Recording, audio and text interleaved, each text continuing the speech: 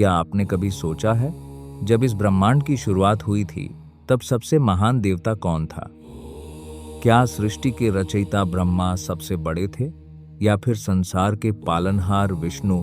कहते हैं कि एक समय ऐसा आया जब इन दोनों महान देवताओं के बीच यह प्रश्न ही एक भयंकर विवाद बन गया और उसी विवाद को समाप्त करने के लिए प्रकट हुआ एक ऐसा रहस्य जिसका ना कोई आरंभ था और ना ही कोई अंत।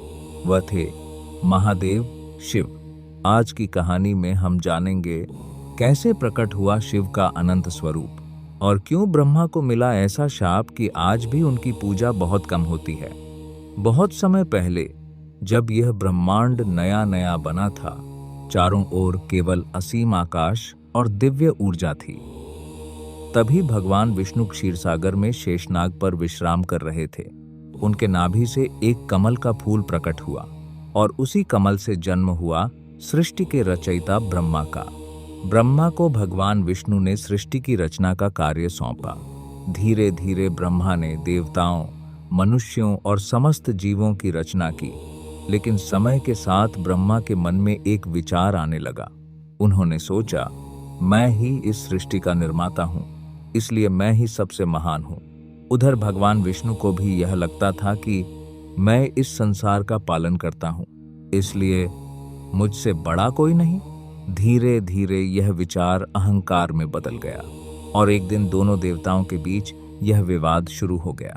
मैं इस सृष्टि का रचयिता हूँ, इसलिए मैं ही सर्वोच्च हूँ। विष्णु मुस्कुराए और बोले, हे ब्रह्मा, सृष्टि का पालन मैं करता हूँ। अगर मैं न रहूं तो ये संसार एक क्षण भी नहीं टिक सकता। दोनों के बीच यह विवाद बढ़ता ही गया।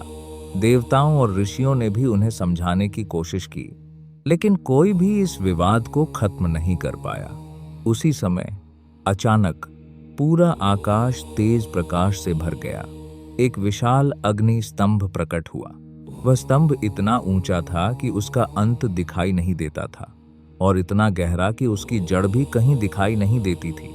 ब्रह्मा और विष्णु दोनों चकित रह गए। उन्होंने पहले कभी ऐसी दिव्य शक्ति नहीं देखी थी। दोनों देवताओं ने तय किया कि जो इस अग्नि स्तंभ का अंत ढूंढ लेगा वही सबसे महान माना जाएगा। भगवान विष्णु ने कहा, मैं नीचे जाकर इसकी जड़ खोजता हूँ, और वे तुरंत वराह रूप धारण करके धरती की गहराइयों में चले गए। उधर ब्रह्मा ने कहा, मैं ऊपर जाकर इसका अंत ढूंढता हूँ, और वे हंस रूप में आकाश की ओर उड़ने लगे। विष्णु हजारों वर्षों तक नीचे जाते रहे, लेकिन उन्हें उस स्तंभ की जड़ नहीं मिली। आखिरकार उन्होंने स्वीकार कर लिया कि यह स्तंभ अनंत है। उधर ब्रह्मा भी ऊपर उड़ते रहे, लेकिन उन्हें भी उसका अंत नहीं मिला। तभी उन्हें एक केतकी का फूल नीचे गिरता हुआ दिखाई दिया।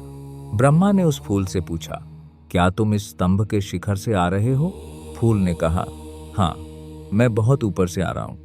तभी ब्रह्मा के मन में एक विचार आया। उन्होंने सोचा, अगर मैं इस फूल को गवाह बना दूं तो मैं जीत जाऊंगा। जब दोनों देवता वापस आए, भगवान विष्णु ने विनम्रता से कहा, मैं इस स्तंभ का अंत नहीं ढूंढ पाया, यह वास्तव में अनंत है। लेकिन ब्रह्मा बोले, मैंने इसका अंत देख लिया है और यह केतकी फूल उसका प्रमाण है। तभी अचानक वह अग्नि स्तंभ तेज प्रकाश के साथ फट पड़ा और उसके भीतर से प्रकट हुए महादेव शिव। उनका रूप अत्यंत तेजस्वी और दिव्य था। शिव मुस्कुराए और बोले, हे ब्रह्मा और विष्णु, ये अग्नि स्तंभ मेरा ही स्वरूप है। मैं ही इस सृष्टि का आदि भी हूँ और अंत भी। फिर शिव ने विष्णु की ओर देखकर कहा, तुमने सत्य स्वीकार किया, इसीलिए तुम सदा पूजनीय रहोगे। लेकिन ब्रह्मा की ओर देखकर शिव का स्वर कठोर हो गया। उन्होंने कहा, तुमने झूठ बोला है, इसलिए तुम्हारी पूजा पृथ्वी पर बहुत कम होगी। और केतकी फूल को भी शाप दिया कि वह शिव पूजा में स्वीकार नहीं किया जाएगा। इस कथा से हमें एक बहुत बड़ा संदेश मिलता है। अहंकार चाहे देवताओं में ही क्यों ना हो, उसका अंत निश्चित है। सत्य और विनम्रता ही वह मार्ग है जो हमें भगवान तक पहुंचाता है, और इसी कारण शिव को कहा जाता है अनंत, आदि और महादेव। अगर आप भी भगवान शिव के भक्त हैं तो कमेंट में लिखें हर हर महादेव, और ऐसी ही अद्भुत सनातन कथाएं सुनने के लिए अभी श्री सनातन कथा को सब्सक्राइब करें। फिर मिलेंगे अगली कहानी में, जहां हम जानेंगे लिंगोद्भव की अद्भुत कथा। हर हर महादेव।